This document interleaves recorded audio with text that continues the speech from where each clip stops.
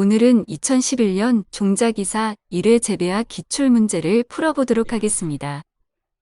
1번 문제인데요. 1번 문제는 저번에 강의했던 2010년 종자기사 3회 2번 문제로 그때는 키다리병과 관련된 문제였으며 이번에는 지베렐린의 재배적 이용에 관한 문제입니다. 그때 제가 말씀드렸죠. 재배적 이용을 꼭 외우시라고요. 1번 문제입니다. 감자의 가을 재배에서 표면을 타파하기 위하여 사용하는 식물 생장 조절제는? 답은 2번 지벨레린입니다. 쉽죠? 저희는 이런 문제만 맞추시면 됩니다. 2번 문제입니다. 다음 설명하는 밀양원소는 2010년 종자기사 1회 12번 문제와 동일한 문제죠. 답은 3번 몰리브덴입니다. 다음 3번 문제로 바로 갈게요. 3번 방사성 동위원소가 방출하는 방사선 중 가장 현저한 생물적 효과를 가져 주로 이용되는 것은? 2번 문제 역시 2010년 종자기사 2회 3회에 출제되었던 문제들과 유사하죠. 답은 3번 감마선입니다.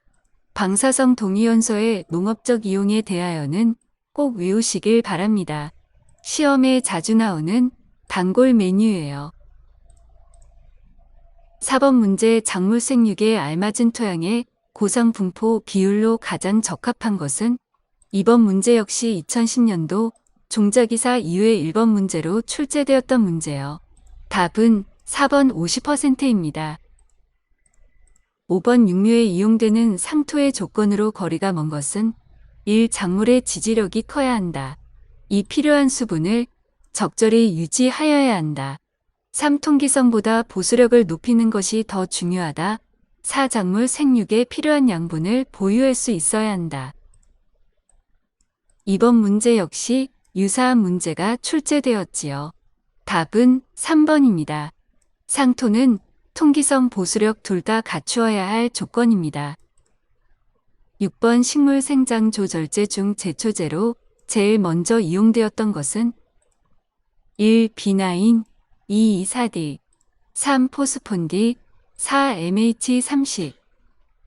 2010년 종자기사 3회 15번 문제 풀이 당시 옥신에 대해서 재배적 이용을 꼭 암기하라 하였는데 바로 나왔네요.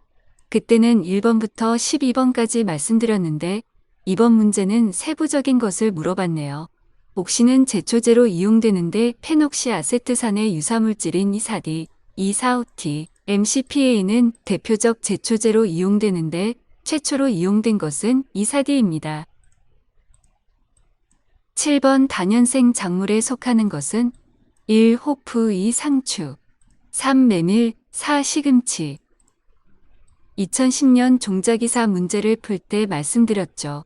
맨 처음에는 작물을 분류할 때 용도에 따른 분류, 생태적 분류, 재배 이용에 따른 분류를 하고 세부적으로 들어간다고요. 이번 문제는 세부적인 문제네요. 생태적 분류에서의 생존 연한에 따른 분류 중 다년생 작물을 물어본 문제인데요. 다년생 작물로는 호프, 아스파라거스가 있습니다. 그러므로 답은 1번 호프네요. 7번 문제와 같이 세부적인 문제는 이렇게 문제가 나올 때마다 외우시면 공부의 양이 많이 줄어듭니다. 이렇게 공부하시면 됩니다. 다음 문제로 넘어가겠습니다. 8번 가뭄에 대한 밭의 재배 대책이 될 수 있는 것은? 1. 뿌림거를 높게 한다. 2. 제식 밀도를 높게 한다. 3. 질소질 비료를 시용한다. 4. 봄철에 보리밭이 건조할 때는 다밥을 한다. 가뭄에는 한 해를 말하는 것인데요. 먼저 여러분께는 한 해 대책을 먼저 공부를 하셔야 합니다. 한 해 대책으로는 1. 관계, 2. 내건성 작물과 품종을 선택, 3. 토양 수분의 보류력 증대와 증발 억제로는 토양 입단의 조성, 드라이 파빙, 피복, 중경제초가 있습니다. 그 다음 한 해 대책 중 밭작물과 논벼에 대한 재배 대책을 공부하시면 되는데요. 오늘은 밭작물에 대한 재배 대책을 외우시면 될 것 같습니다. 밭작물에 대한 재배 대책으로는 1. 뿌림꼴을 낮게 함. 2. 뿌림꼴을 좁히거나 제식 밀도를 섬기게 함. 3. 질소의 다용을 피하고 퇴비, 인산, 칼리를 증시. 4. 봄철 볼이나 밀밭이 건조할 때에는 다밥 시행. 5. 내건성 작물과 품종을 선택. 6. 토양 수분의 보류력을 높이고 증발을 억제. 그러므로 8번 문제 답은 4번 봄철에 보리밭이 건조할 때는 다밥을 한다가 정답이 되겠습니다. 9번 문제, 내건성이 강한 작물의 형태적 특성이 아닌 것은 1. 식물체가 작고 잎도 작다. 2. 엽조직이 치밀하고 연맥과 울타리 조직이 발달되어 있다. 3. 채적에 대한 표면적에 비가 작고 다육화의 경향이 있다. 4. 뿌리가 얕고 지하부보다 지상의 발달이 좋다. 작물의 내건성에 대한 문제는 자주 출제되는 문제인데요. 작물은 내건성에 대한 특징으로는 형태적 특성, 세포적 특성, 물질 대사적 특성이 있으며 주로 시험에 나오는 문제는 형태적 특성입니다. 작물의 내건성 특성으로는 즉 작물이 건조에 견디는 형태적 특성을 살펴보면 1. 표면적 채적에 비가 작으며 왜소하고 잎이 적음. 2. 뿌리가 깊고 지상부보다 근군의 발달이 좋음. 3. 잎조직이 치밀하며 연맥과 울타리 조직이 발달. 4. 표피에는 각피가 잘 발달되어 있으며 기공이 작거나 적음. 5. 저수 능력이 크고 다육화의 경향이 있으며 6. 기동세포가 발달하여 탈수되면 잎이 말려서 표면적이 축소됩니다. 그러므로 9번 정답은 4번이 되겠습니다. 10번 도복지수를 계산하는 데 적용되는 인자가 아닌 것은 1. 지상부 무게 2. 줄기의 좌절 중 3. 잎의 두께 4. 줄기 길이 답은 3번 잎의 두께는 도복지수의 인자가 아닙니다. 11번 대전법은 어떤 작부 방식에 해당되는가? 1. 이동경작 2. 휴한농법 3. 순환농법 4. 자유경작 쉬운 문제죠. 작부 방식의 발달 과정은 해설란 및 유튜브 채널에서 참고하시면 쉽게 풀실 수 있을 거라 생각됩니다. 답은 1번으로 이동경작을 대전법이라고 부르죠. 12번 어린모 기계의학 재배에서 다음 중 가장 중요한 벼품종의 특성은 1. 저온 발화성 2. 내건성 3. 내비성 4. 관수 저항성 12번 문제는 정확히 말씀드리면 식용작물학 문제죠. 해설란에서 보시면 기계 이학용 상자육류 시 어린모의 재배 장점, 단점 및 품종 선택 문제가 잘 나옵니다. 앞에서도 말씀드렸지만 식용작물학에서도 단골 문제이기도 합니다. 어린모 재배 시 품종 선택을 할 경우에는 가, 관수 저항성이 강하고 내도복성이 강한 품종 나, 이모작지대의 어린모 재배는 만식 적응성이 높은 조 중생종을 선택해야 합니다. 답은 내 도복성이 없으므로 관수 저항성이 되겠네요. 13번 내염성이 강하여 새로 조성한 간척지의 토양에 적응성이 높은 작물은 1. 유채 2. 보리 3. 고구마 4. 완두 내염성 강한 작물은 간척지답에 대한 것이라고 볼 수 있어요. 이번 문제의 경우 작물의 내염성 정도를 물어보는 거죠. 내염성의 정도에 따른 작물을 표로 정리해봤습니다. 우선 내염성에 가장 강한 육종인 사탕무, 유채, 양배추, 목화, 순무, 라이그라스만 외우시면 될 것 같습니다. 그러므로 답은 1번 유채입니다. 14번 피자식물의 종자 형성에 대한 설명으로 틀린 것은 1. 중복 수정한다. 2. 배는 3n이고 배우는 2n이다. 3. 정액과 난세포가 결합하여 배를 형성한다. 4. 정액과 극핵이 결합하여 배율을 형성한다.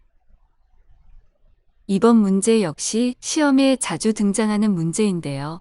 피자식물 즉 속시식물의 수정에 대해서는 수정 과정 및 배와 배유의 형성 과정을 아셔야 합니다. 특히 배와 배유의 형성 과정은 쉬우니까 바로 암기하시고요. 답은 2번으로 반대로 해설했죠. 다음 문제로 넘어갈게요. 15번. 작물의 수확 후 관리에 대한 설명으로 옳은 것은 1. 가공용 감자의 저장을 위한 최적 온도는 3에서 4도이다. 2. 고춧가루의 저장 적수분 함량은 10% 이하이다. 3. 고구마의 안전저장은 온도 13에서 15도, 상대 습도는 85에서 90%이다. 4. 고품질 쌀을 위한 저장 적정 수분 함량은 15% 이하, 온도 10도이다. 이번 문제를 보시게 쉽게 표로 정리해 보았습니다. 생각하기에 따라서는 어려운 문제가 될 수가 있어요. 그렇기 때문에 공부하시는 분들은 표를 보시고 유사한 것부터 먼저 공부하시는 게 효율성을 높일 것 같아요. 먼저 상대 습도 공부하시고요. 그 다음 온도로 공부하시면 괜찮을 것 같네요. 답은 3번으로 고구마의 안전저장은 13에서 15도, 상대 습도는 85에서 90%입니다. 16번. 비료를 뿌린 위에 흙을 넣어 종자가 비료에 직접 닿지 않게 하는 작업은 1. 간토, 2. 복토, 3. 배토, 4. 성토. 어렵지 않은 문제입니다. 우선 파종의 절차를 가볍게 암기하시고 작조하고 간토에 대한 정의만 아시면 될 것 같네요. 참고로 파종의 절차에 대해서는 시험에 나오니까 꼭 암기하셔야 합니다. 앞자만 따서 작시간 파복진 이렇게 외우시면 됩니다. 17번 육류 중 상토의 이씨가 높아졌을 때에 대한 설명으로 틀린 것은 1. 상토의 이씨가 높아지는 원인은 관수량 부족으로 염분이 배수공을 통하여 용탈되지 못하고 상토에 직접되기 때문이다. 2. 상토의 이씨가 높아지면 지상부와 뿌리의 생육이 너무 왕성하여 도장하기 쉽다. 3. 상토의 이씨가 높아지면 잎이 진한 녹색을 띠면서 잎 가장자리가 괴사한다. 4. 높아진 상토의 이씨를 낮추기 위하여 식이량을 줄이거나 관계수의 양을 증가시켜 용탈시킨다. 이번 문제는 전기 전도도에 관한 문제로 사실 작물 생리학 문제로 볼 수 있어요. 전기 전도도의 경우 염류 농도를 측정하기 위한 방법이죠. 그래서 이번 문제의 경우에는 염류장의 기준에서 문제를 푸시면 될 것 같네요. 정답은 2번으로 사실 이씨가 높아지면 염류 농도가 높아지는 것으로서 식물체의 농도보다 상토의 농도가 높기 때문에 뿌리가 먼저 마르기 시작하여 잎, 줄기 등이 집중적으로 말라 죽게 됩니다. 사실 이런 문제를 처음 접하시는 분들께서는 많이 당황하시죠. 하지만 기본 개념만 아신다면 풀 수 있어요. 이 문제 정말 몰라서 틀리셔도 됩니다. 이 문제 틀린다고 해서 시험에 떨어지지 않아요.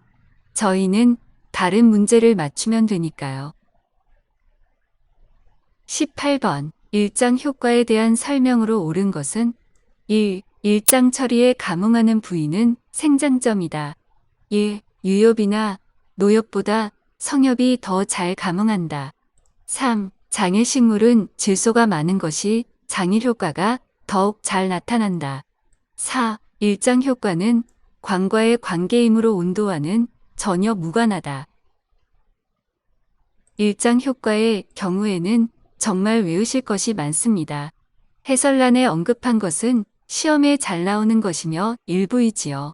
계속해서 시험에 잘 나오는 것만 풀도록 하겠습니다. 장일식물 및 단일식물 같은 식물의 일장형은 문제가 나오면 풀도록 하겠습니다. 오늘은 일장 효과의 농업적 이용에 대해서는 꼭 외우시고요. 감응 부위에서는 헷갈리게 하는 것이 바로 버널리제이션 감응 부위인데요.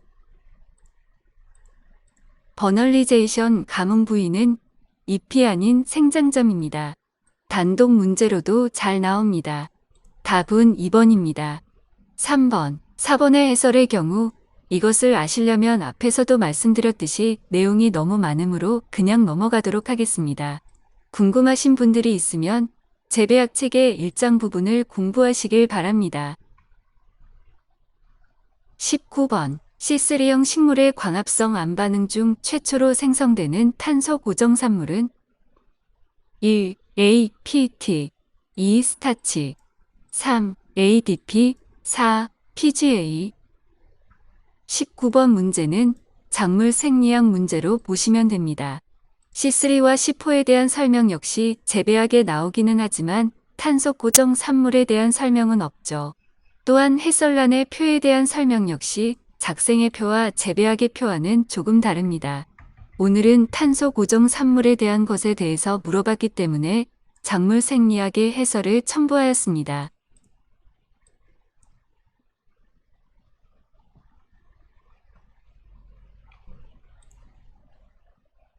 답은 4번으로 C3에서의 CO2 최종 고정 산물은 PGA 즉 잉글리세르산이며 C4CO2 최종 고정 산물은 옥살아세트산이며 기억해 두시면 좋을 것 같습니다. 마지막에 해설에 있는 작물에 대해서 꼭 외우시길 바랍니다. 참고로 캠식물도요. 오늘따라 외우라는 게 많죠. 그만큼 쉽게 나오는 문제가 많다는 반증이죠. 마지막 20번째 문제입니다. 계산 문제네요. 저는 항상 말씀드렸죠.